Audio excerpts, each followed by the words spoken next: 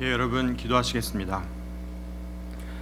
사랑과 은혜가 풍성하신 하나님 아버지, 그 은혜를 진심으로 감사드립니다.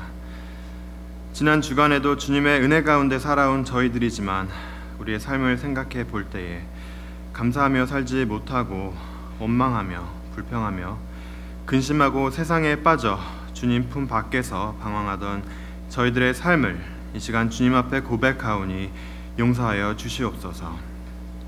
오늘 거룩하고 복된 주의 날을 허락하여 주시고 원근 각처에서 흩어져 생활하던 사랑하던 성도님들 마음을 주관하여 주사 주의 전에 모이게 인도하셔 주셨으니 주님 함께 하셔서 우리가 신령과 진정으로 예배할 수 있도록 인도하여 주시옵소서. 주님, 오늘 이 시간 우리의 한숨이 변하여 찬양이 되게 하시고 근심이 변하여 기도가 되게 하옵소서. 주님만을 바라며 날마다 구원을 체험하게 하여 주시옵소서. 교회 안에 주님을 위해 이 교회를 온전하게 하기 위하여 세워진 많은 기관들이 있습니다. 각 기관마다 더욱 축복하여 주셔서 주님의 영광을 드러내기에 부족함 없는 기관들 되게 하여 주시고 기쁨의 봉사가 넘치게 하여 주시옵소서. 이 시간 이곳에 모인 모든 심령들이 주님의 살아계신 말씀을 체험하고 돌아갈 수 있도록 축복하여 주시옵소서. 예수님의 이름으로 기도하였습니다. 아멘.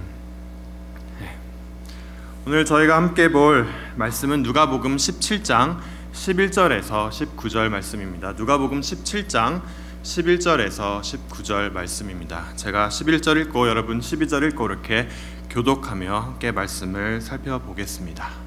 11절입니다. 예수께서 예루살렘으로 가시는 길에 사마리아와 갈릴리 사이를 지나시게 되었습니다.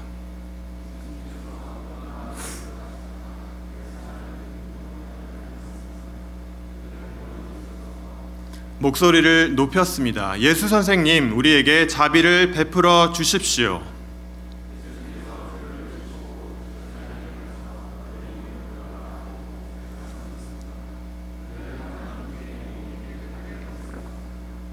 그들 가운데 하나가 자기가 낳은 것을 보고 돌아와서 큰 소리로 하나님께 영광을 돌렸습니다.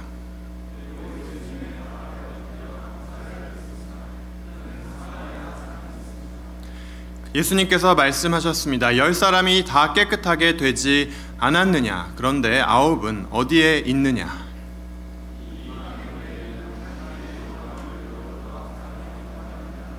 19절 다 같이 읽겠습니다. 그리고 그에게 말씀하셨습니다. 일어나 가거라. 내 믿음이 너를 낫게 하였다. 아멘. 네. 자리에 앉아주시기 바랍니다. 네, 저희가 오늘 읽은 10명의 문둥병자 이야기는 익히 들어 너무나 잘 아는 이야기입니다. 4개의 복음서들 중에 근데 이것은 누가복음에만 기록된 이야기입니다. 너무나 우리가 잘 알아서 모든 복음서에 기록되어 있다고 생각할 수 있으나 이 이야기는 누가복음에만 기록된 이야기입니다. 누가복음이 다른 복음서에 비해 병들고 소외된 자들을 향한 그 예수님의 긍휼을 강조했다는 점을 우리가 알 때에 이 이야기가 왜 누가복음에만 기록되어 있는지 아마 더욱 이해하실 수 있을 겁니다. 오늘 우리가 보고 있는 10명의 문둥병자 이야기는 대개 추수감사절 전후에 교인들을 향해 하나님이 베풀어 주신 그 은혜와 은혜에 대한 감사를 가르치기 위해 또 나누기 위해 많이 인용되는 이야기입니다. 10명의 문둥병자가 병이 모두 나았는데 오직 그중 한 명만 예수님께 와서 감사를 드리고 나머지 9은 그 베풀어 주신 은혜를 까마득하게 잊어버리고 제갈 길로 갔다는 겁니다. 따라서 우리는 이런 배은망덕한 9명이 되지 말고 돌아와 은혜에 감사하는 사람이 되어야 한다는 이런 요지의 설교를 많이 들었습니다. 제가 이러한 설교가 잘못됐다고 얘기하는 것이 결코 아닙니다. 하지만 본문을 잘 읽어보면 이 이야기는 9명의 배은망덕함을 예수님께서 나무라시고 돌아와 감사를 표한 한 명은 칭찬했다는 이야기만은 아닙니다. 그보다 한층 더 깊은 뜻이 담겨있는 이야기입니다. 우리가 먼저 11절, 12절을 다 같이 읽어보겠습니다. 11절, 12절 다 같이 읽어보겠습니다. 예수님께서 예루살렘으로 가시는 길에 사마리아와 갈릴리 사이를 지나시게 되었습니다. 예수님께서 어떤 마을에 들어가시다가 10명의 문둥병 환자를 만났습니다. 네, 본문은 이렇게 전합니다. 예수님께서는 예루살렘으로 올라가시는 그 길 한 마을에서 10명의 문둥병자를 만나십니다. 예수님 일행은 발길이 닿는 대로 이곳저곳을 방황하고 계신 것이 아니었습니다. 그들은 예루살렘이라는 명확한 목적지를 향해 나아가고 있었습니다. 누가복음 9장 51절은 이미 예수님께서 이러한 분명한 목적지를 가지고 계셨다고 얘기합니다. 제가 9장 51절을 읽어보겠습니다. 예수께서 하늘에 오실 날이 가까워지자 예루살렘으로 가시기로 마음을 정하시고 심부름꾼을 앞서 보내셨다라고 전합니다. 다시 말해 예수님은 최후의 결전을 치르기 위해 예루살렘으로 향하신 겁니다. 그렇기 때문에 예루살렘 입성 전까지 일어난 모든 일들은 예루살렘으로 향하는 그 도상에서 일어난 일입니다. 누가복음을 읽는 여러분들은 이 사실을 알고 읽으셔야 합니다.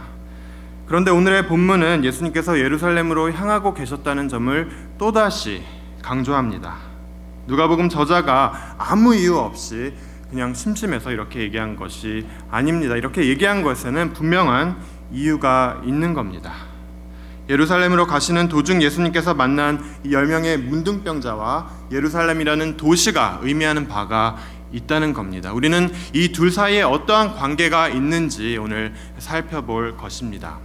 하지만 거기에 앞서 우리는 먼저 이 문둥병자들이 어떻게 그들이 가지고 있는 질병으로부터 자유로워졌는지를 먼저 살펴보기 원합니다. 첫째, 이들이 어떻게 그들의 병으로부터 자유로워졌는가? 둘째, 예수님께서 만난 이 문둥병자와 예루살렘이라는 도시가 어떠한 관계에 있느냐? 네, 오늘의 말씀은 이렇게 두 부분으로 나누어져 있습니다.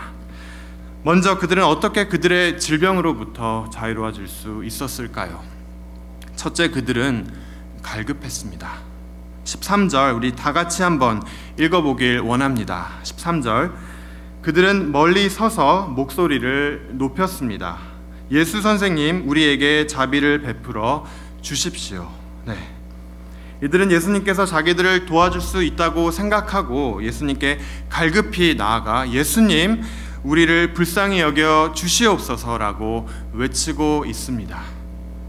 당시 문둥병은 너무나 불결한 병으로 규정되어 이 병에 걸린 사람들은 일반 사람들이랑 다 격리되어야 했어요. 이들은 가까운 가족들과 또 가까운 친구들과 다 떨어져서 철저히 격리된 삶을 살았습니다. 영화 배너를 보신 분은 아마 알 겁니다. 정말 그들끼리 저 먼 굴 속에서 생활하는 그들의 모습을 우리가 영화 배너를 통해서 볼 수 있습니다.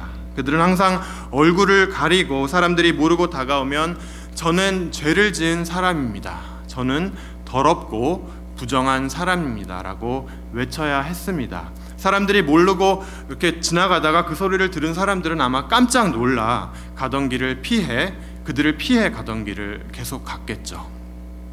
당시 랍비들의 지침에 의하면 그들은 다른 사람들로부터 최소한 100보 정도를 떨어져 있어야 했답니다.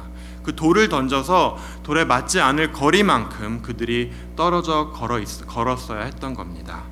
문둥병자는 다 나았다고 확인될 때까지 격리되어야 있어야 했고 제사장들로부터 그 병의 치유 여부를 판정받아야 했습니다. 이스라엘에도 의사들이 있었어요. 이 의사들이 있었음에도 불구하고 그들의 그 병의 치유 여부를 제사장이 판독했다는 것은 이 문둥병이 단순한 육적인 질병이 아니라 종교적인 질병이었음을 보여줍니다. 즉 문둥병은 이 시대의 죄에 대한 하나님의 저주로 간주되었습니다. 그들은 성벽이 있는 마을 또한 들어갈 수 없었습니다. 거룩한 도시였던 정말 높은 성벽으로 둘러싸인 예루살렘에는 더더욱 들어갈 수 없었겠죠. 유대인의 절기와 종교 행사에도 참석할 수 없었습니다. 유대인들에게 절기를 지키는 일과 그들이 제사에 참여하는 일은 단순한 어떤 종교 행사가 아니었습니다. 그들의 정체성을 확인하고 되새기는 그들에게 있어서는 너무나 중요한 행사였습니다. 따라서 거기에 참여할 수 없다는 것은 유대인 공동체로부터 철저히 배제되었다는 것을 의미합니다. 따라서 문둥병은 몸만 아픈 것이 아니라 정말 한 사람의 인격과 영혼까지 갉아먹는 그러한 무시무시한 병이었습니다. 그를 삶의 터전으로부터 완전히 소외시키는 그런 병이었던 겁니다. 오늘 13절 말씀을 눈여겨보시기 바랍니다. 문둥병자들은 예수님께 가까이 오지도 못하고, 왜냐하면 그들은 병이 있었기에 법적으로 예수님께 가까이 갈 수가 없었습니다. 그들의 마음은 가까이 가고 싶었지만 가까이 가지 못한 채 멀리서 예수님, 우리를 불쌍히 여겨 주시옵소서라고 소리치고 있습니다. 그들은 이렇게 이야기하고 있는 겁니다. 예수님, 우리가 절망에 빠져 있습니다. 우리의 몸과 마음이 썩어 들어가고 있습니다. 선생님께서 병을 고치신다고 들었는데 저에게 빨리 오셔서 저의 병을 속히 치유하여 주시옵소서. 이들의 모습을 보며 저는 죄를 짓고 또 짓고 그 죄의 굴레에서 빠져나오지 못하는 우리의 모습을 발견할 수 있었습니다. 이제는 더 이상 흔치 않은 병이어서 나와는 아무 상관도 없다고 성경 속에만 이렇게 나오는 등장인물로 우리는 여기기 쉽습니다. 제가 한때 그랬습니다. 하지만 오늘 본문 속 예수님을 향해 외치는 이 10명의 문둥병자들이 바로 우리들의 모습인 겁니다. 예수님 없이 그들이 가지고 있는 병으로부터 자유함을 얻을 수 없듯이 우리 또한 예수님을 통하지 않고는 우리가 가진 죄의 문제로부터 자유로워질 수 없기 때문입니다. 이렇게 우리는 이렇게 기도해야 하는 겁니다. 주님, 우리는 죄인입니다. 주님, 저는 죄인입니다. 저를 불쌍히 여겨 주시옵소서. 제 몸과 마음이 세상의 것들로 병들고 있습니다. 제가 큰 절망 가운데 빠져 있습니다. 저를 불쌍히 여겨 주시옵소서. 세상이 저를 버렸습니다. 제가 세상으로부터 멀어졌습니다. 너무나 외롭고 힘듭니다. 주님, 저를 불쌍히 여겨 주시옵소서. 부정했기에 예수님께로 가까이 나아가지 못한 이 문둥병자들처럼 도저히 하나님 앞에 나아갈 수 없는 우리가 이제 예수님을 믿기만 하면 그로 말미암아 죄의 문제로부터 완전히 치료받고 거룩하신 하나님께로 나아갈 수 있는 겁니다. 10명의 문둥병자들이 병으로부터 자유롭게 되기 위해서 정말 그들이 점잔을 빼고 우아하게 예수님께 다가가지 않았습니다. 그들은 절박하게 예수님을 찾았습니다. 예수님을 향해 간절히 요청했습니다. 저는 오늘 이 10명의 문둥병자들이 나음을 받기 위해 가졌던 이 갈급함을 우리 모두도 갖기를 소망합니다. 그들이 처한 상황이 너무나 힘들었기 때문에 그 병에서 하루빨리 나음을 얻고 싶었을 겁니다. 이들 중에서 그냥 예수님께 이 물어보기를 주저한 사람은 아무도 없었을 거예요. 이들은 정말 죽기 아니면 까무러치기로 예수님께 물어봤을 겁니다. 하지만 우리의 모습은 어떤지요? 정말 이제는 교회 생활에 너무나 편안해져서 정말 이 갈급함과 예수님에 대한 그 첫 갈망을 잊고 살고 있진 않는지요. 그래서 우리가 지금 처한 그런 영적 상태에 대해서 너무나 오케이고 이 정도면 됐지, 이 정도면 예수님을 믿는 사람으로 충분해 라고 생각하고 계시진 않은지요. 저는 여기 계신 모든 성도님들이 이 문둥병자들이 가진 그 갈급함을 다시 회복하고 나아가기를 주님의 이름으로 축원합니다. 둘째, 그들은 어떻게 그들의 병으로부터 자유로워질 수 있었을까요? 그들은 예수님의 말씀을 온전히 믿고 나아갔습니다. 예수님이 하신 말씀을 너무나 온전히 믿었습니다. 계속해서 14절 우리 같이 읽어보길 원합니다. 저희가 이렇게 같이 읽을 때 저기 앞에 성경 가지고 계신 분들은 우리가 같이 읽으면 우리가 이 내용을 보면서 같이 이렇게 더 쉐어할 수 있을 줄로 믿습니다. 14절입니다. 예수님께서 그들을 보시고 제사장에게 가서 너희 몸을 보여라 하고 말씀하셨습니다. 그들은 가는 도중에 몸이 깨끗하게 되었습니다. 예수님은 이들의 외침을 들으시고 가서 제사장에게 너희의 몸을 보이라 라고 말씀하십니다. 이렇게 하신 이유는 이 시대 제사장이 그들의 그 병의 치유 여부를 판정하는 사람들이었기 때문입니다. 따라서 제사장에게 몸을 보여주라는 이 말씀은 예수님께서 그들의 병을 고쳐주시겠다고 하는 말씀입니다. 병을 고쳐주지도 않을 거면서 제사장에게 가서 몸을 보이라고 하진 않으셨겠죠. 그죠? 중요한 것은 제사장에게 몸을 보여주라는 이 예수님의 말씀을 듣고 그들이 이것을 어떻게 받아들였냐는 겁니다. 이 황당하고 꿈 같은 말, 정말 그들이 평생 듣고 싶었던 이 말을 들었을 때 그들은 어떻게 반응하였을까요? 정말 그대로 믿고 제사장에게 가야 하는지, 아니면 너무나 황당하기 때문에 그냥 코웃음 치고 말 것인지, 아니면 주님 지금 당장 고쳐주십시오, 제가 두 눈으로 확인한 다음에 제 몸이 나은 것을 보면 그때 가겠습니다 라고 할 건지, 그들은 아마 고민했을 겁니다. 당장 그 자리에서 눈에 보이는 변화가 일어나지도 않았는데, 근데 그들의 행동을 보면 그들은 제사장에게 갑니다. 우리는 과연 이럴 수 있었을까요? 정말 예수님께서 하신 약속이 있습니다. 그 약속이 지금 두 눈에 보이지 않지만 우리는 그 말씀을, 일어나지도 않은 말을 믿고 제사장에게 나아갈 수 있었을까요? 그들은 성벽이 있는 마을에는 들어갈 수 없었는데 제사장들은 정말 이 높은 성벽에 둘러싸인 그런 도시 안에서 살았습니다. 이들에게 있어 제사장에게 가는 일 자체가 그냥 가는 것이 아니었어요. 그 성벽을 타야 됐고요, 그 사람들 사이로 이렇게 가서 제사장에게 가야 했습니다. 너무나 어려운 일이었어요. 그렇게 가다가는, 잘못했다가는 사람들에게 돌팔매질을 당할 수도 있었습니다. 그 일은 너무나 위험했고 그들의 목숨을 내놓는 그런 위험한 일이었습니다. 크나큰 용기를 요구하는 일이었습니다. 그런데 10명의 문둥병자들은 하나님의 말씀을 온전히 믿었기에 상당한 위험을 무릅쓰고 제사장에게 갈 수 있었던 겁니다. 몸이 그 자리에서 다 낫지 않은 상태였지만 나을 것을 믿었기에 그들은 나아갔습니다. 여러분, 믿음은 순종입니다. 주님 말씀에 순종할 때에 이런 기적이 일어나는 겁니다. 이 10명의 문둥병자들이 말씀을 듣고 믿음으로 나아갈 때에 고침을 받았습니다. 고침을 다 받고 나아간 것이 아니라 나아가는 상황에, 나아가는 도중에 고침을 받았다고 오늘 14절은 그렇게 전합니다. 그들이 가다가 깨끗함을 받았는지라. 이 말씀이 우리에게 주는 교훈은 무엇입니까?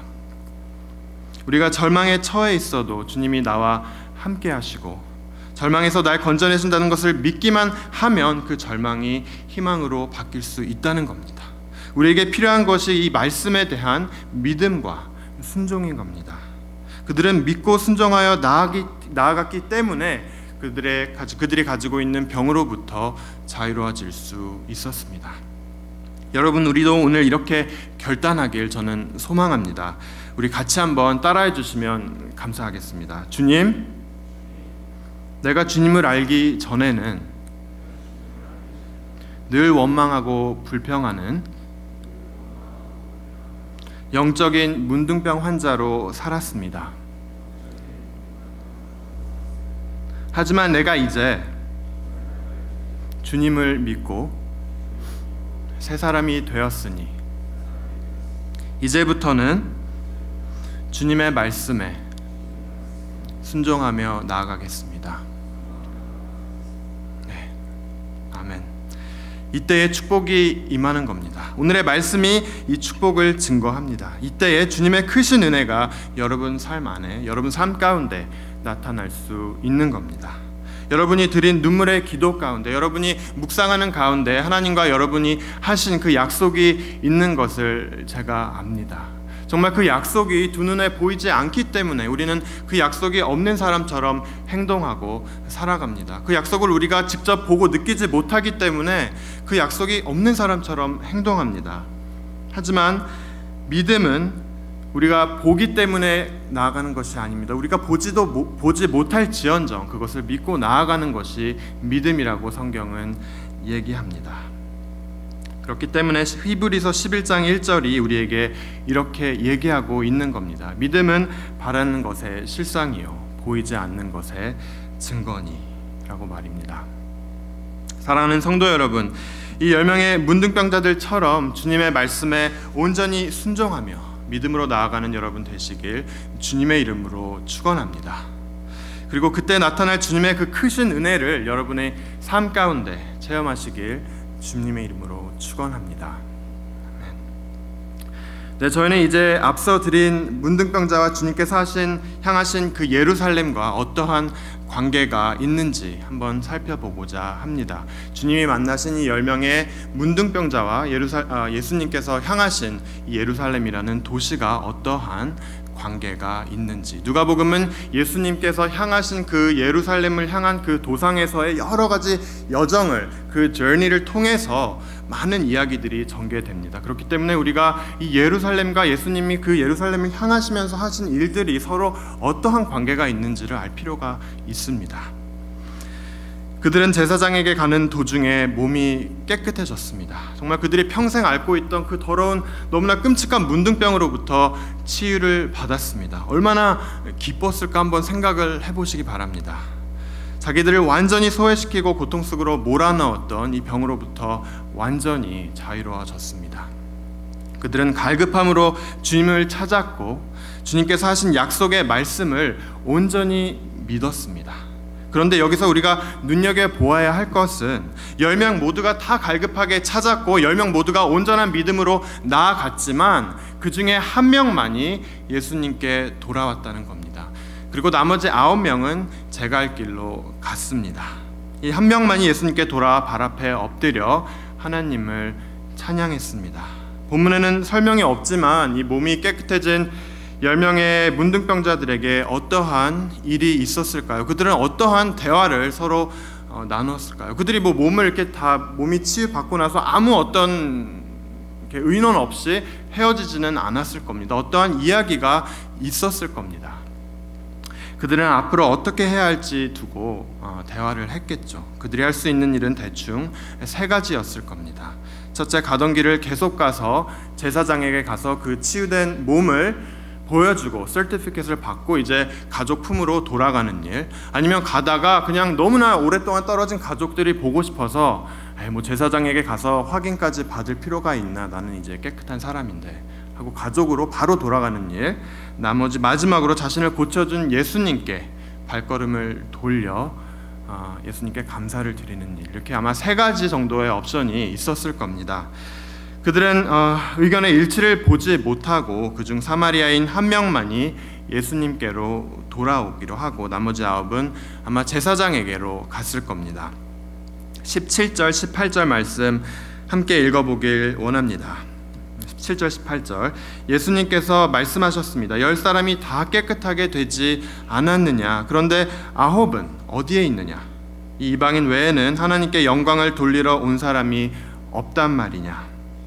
이 말씀은 예수님께서 그 9명의 땡큐를 받지 못해서 섭섭하셔서 하신 말씀이 아니에요. 우리는 분명히 이렇게 살면서 좋은 일을 하고 그 남들로부터 어떤 땡큐에 대한 그 기대감이 있습니다. 근데 그 사람이 와서 저에게 땡큐를 하지 않으면 삐져요. 그죠? 근데 예수님께서 이렇게 말씀하신 이유는 그 땡큐를 받지 못해서가 아닙니다. 여러분, 먼저 9사람의 행동을 한번 눈여겨보시기 바랍니다. 그들은 한시라도 빨리 제사장에게 몸을 보이고 가족품으로 돌아가길 원했을 겁니다. 집으로 빨리 돌아가고 싶었겠죠. 그런 마음을 물론 제가 이해하지 못하는 것이 아닙니다. 하지만 다른 한편으로는 이렇게도 생각해 볼 수 있어요. 여러분 잘 들어보세요. 도대체 이 문둥병을 누가 하나님의 저주라고 규정했습니까? 하나님의 저주라고 이 문둥병을 규정한 말이 성경에 있습니까? 레위기를 보면 문둥병을 전염병으로 보고 이 병에 걸린 사람을 격리시키리라는 말은 있어도 하나님의 저주라고 법으로 명시하지는 않았습니다. 문둥병을 하나님의 저주라고 명시한 이 제도는 유대 제사장들에 의해서 생긴 제도입니다.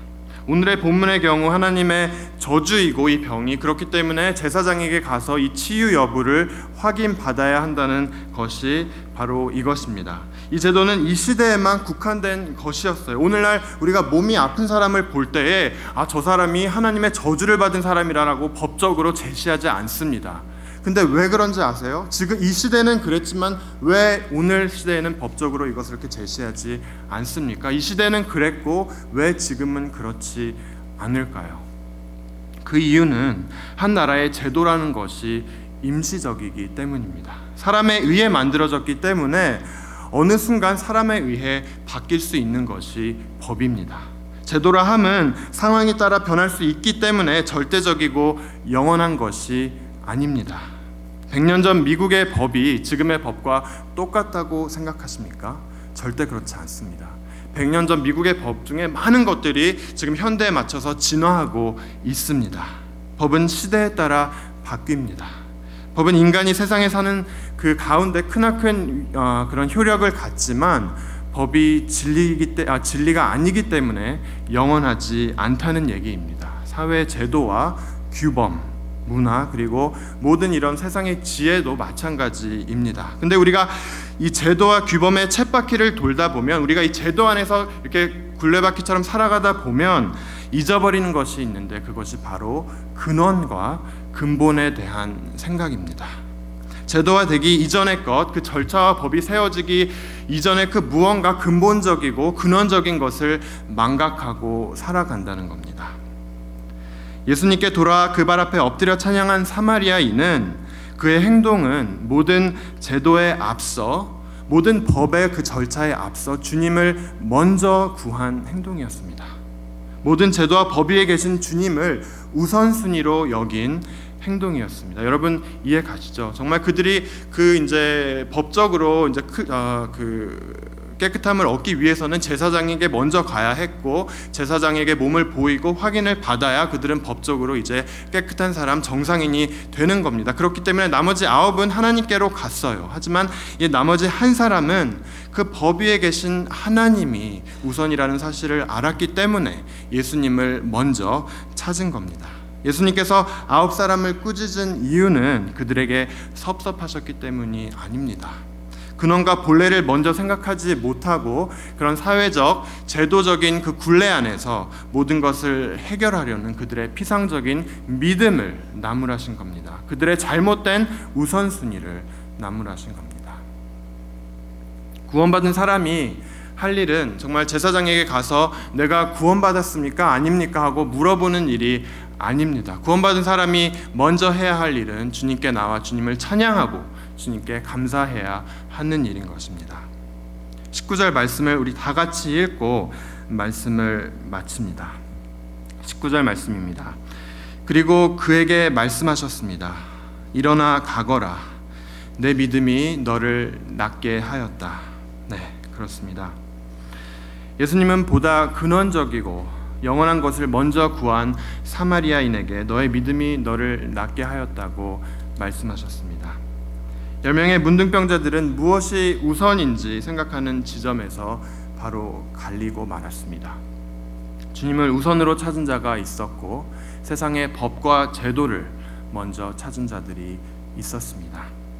예수님께서는 그 시대 종교, 율법, 문화와 그 모든 것의 중심이었던 예루살렘으로 향하시며 그 시대를 사는 무리들에게, 또 오늘을 사는 우리들에게 이 사실을 말씀해 주고 계신 겁니다.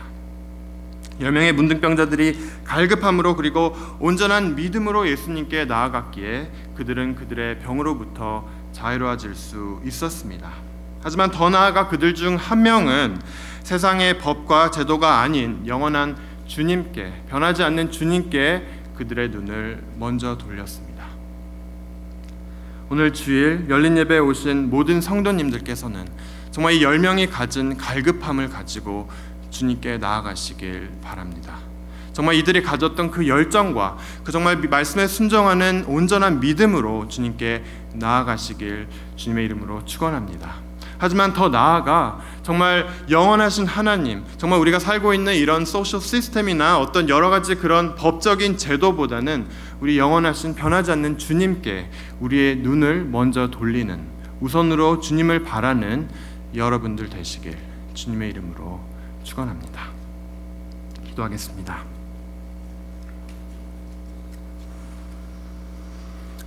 이 세상 모든 만물의 근원이신 주님, 오늘 예배를 통해 우리가 10명의 문둥병자 이야기를 같이 공부하고 살펴보게 하심을 너무나 감사합니다. 우리는 주님, 10명의 문둥병자가 가졌던 그 갈급함을 오늘 다시 회복하길 원합니다. 주님께서 이미 우리를 영적인 문둥병으로부터 자유케 해주셨지만 우리가 현재 안주하며 주님 가까이로 나아가기 주저했던 점들이 있다면 주님 용서하여 주시옵소서. 우리에게 그들이 가졌던 그 갈급함을 오늘로부터 다시 한번 허락하여 주시옵소서. 믿음에 대한 말씀을 항상 듣는 우리지만 우리는 믿음을 아직도 우리 두 눈으로 보고 직접 확인하길 원합니다. 믿음은 바라는 것의 실상이요 보이지 않는 것의 증거니라고 성경은 증거합니다. 우리에게 더 큰 믿음을 허락하여 주셔서 어떠한 주저없이 담대히 주님께 나아가길 원합니다. 무엇보다도 주님, 우리가 주님보다 먼저 구한 것들이 있다면 이 시간 또 회개하길 원합니다. 이 세상 사는 가운데 우리의 눈을 주님으로부터 돌리는 너무나 많은 것들이 있습니다. 심지어 우리가 교회에서 바쁘게 봉사하고 섬기지만 그 근원을 망각하고 할 때도 있습니다. 주님 10명의 문둥병자 가운데 정말 한 명만이 근본이고 근원이신 주님을 먼저 찾았듯이 우리 또한 주님을 먼저 구하는 자 되게 하여 주시옵소서. 우리의 그 잘못된 우선순위가 있다면 주님을 우선으로 하는 저희 되게 하옵소서. 예배당을 나가며 정말 우리의 참된 예배가 시작됩니다. 시작하는 시간이 오니 주님 마치는 시간까지 저희를 주님의 눈동자로 보호하여 주시옵소서. 시작이고 끝이신 예수님의 이름으로 기도하였습니다. 아멘. 저희 계속해서 찬양하겠습니다.